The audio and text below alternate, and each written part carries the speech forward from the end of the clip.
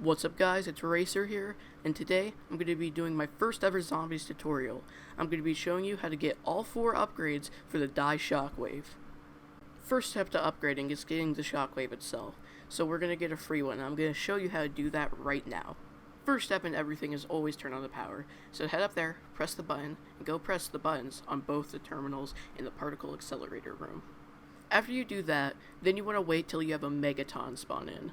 Once you have your Megaton spawn in, you're going to want to kill it, and it's going to drop a key card. You're now going to take that newly acquired key card to the weapons lab. You're now going to put that key card in this machine, and it should give you the D.I.E remote control device. You're now going to want to go to Knocked and hold your interact key on the hole in the wall. They're going to run hordes of zombies next to the door, and it's going to suck them in and start charging up the D.I.E Shockwave. If you don't have enough zombies, you'll hear a voice line telling you that a system overload is imminent. It's going to cool down, but then you're just going to wait until you can reactivate it again and just run more zombies by it.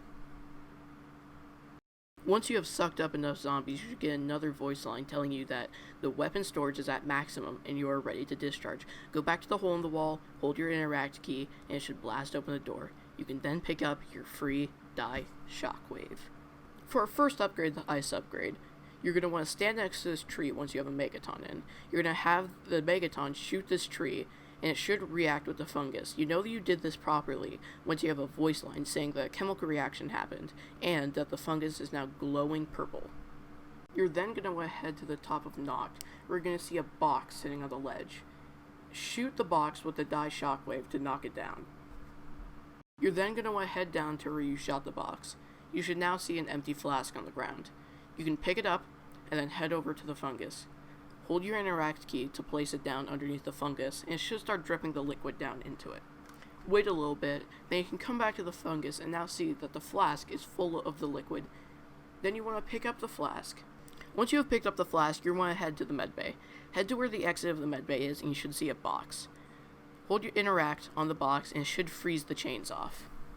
Once the chains have frozen off, you can come back, and you can now pick up the D.I.E Cryo Emitter.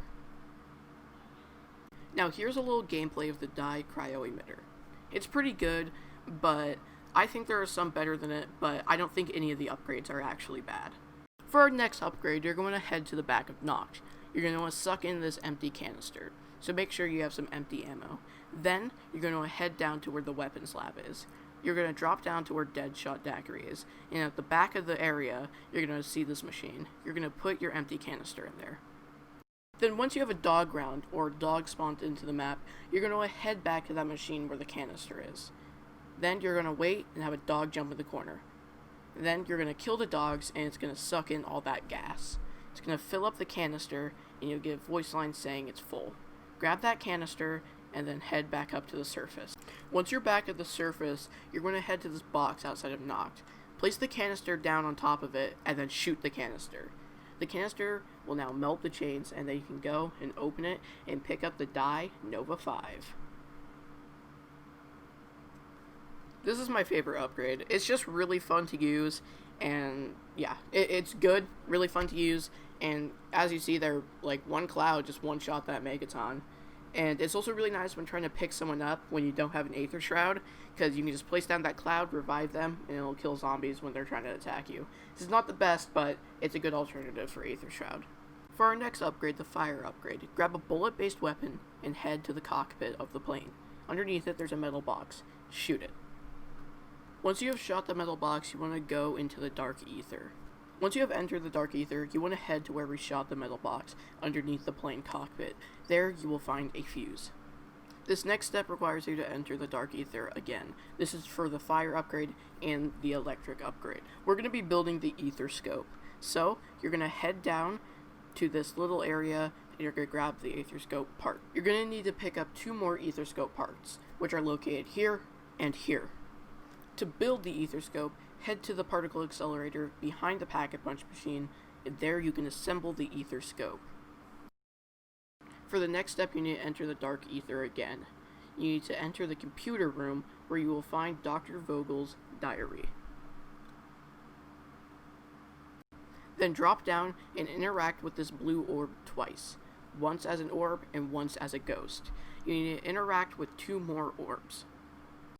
The next orb is in the control room.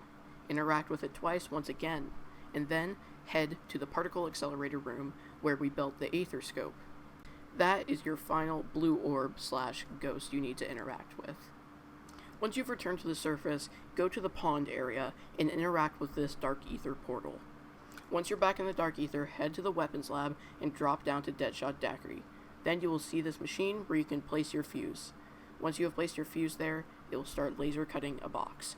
Then head to the back of this truck in the pond area, where you will find a box like all other upgrades. Interact with it, and then you have the D.I.E Thermophasic. To be honest, this is my least favorite of the upgrades. It only shoots in one line, so if you're cornered, it could possibly only kill like one of the zombies. And if you're training and you have a horde, it will only kill one line out of that horde, and not possibly the whole horde, like the gas upgrade. For our last upgrade, the electric upgrade, you're going to want to head back to the particle accelerator and go into the bottom right. There will be another Dark Aether portal, and you're going to want to go into it. Once you're back in the Dark Aether, go through the tunnel, and to your left there should be a crystal. Suck in the crystal's energy, which will charge up your D.I.E Shockwave. You're going to want to take that down to the particle accelerator and shoot this box. We're going to do this 2 more times, so head to the pond. Once at the pond, you're going to find another crystal. Suck in its energy, and it'll charge up your D.I.E Shockwave. Head back down to the particle accelerator and shoot the same box. If you get teleported out, that's fine. You'll still keep the charge, and you can still shoot the box. Just kill 25 zombies, and the portal will respawn. Once you're back in the Dark Aether, head to the top of Noct. Then you will see a crystal. You can suck in its energy and charge up your shockwave for the last time. Head back to the particle accelerator, shoot the same box, and then you will get your D.I.E Electro Bolt. This is probably the best upgrade. It does tons of damage and can kill hordes fast. And it has a lot of ammo, so you don't have to worry about that when killing your hordes. Alright, so sorry if I kind of stuttered on my words in there. This was my first time doing a tutorial, so commentating basically all day has made my mouth very dry, so if when saying you're gonna, it's like, it kind of sounds mushy, I don't know.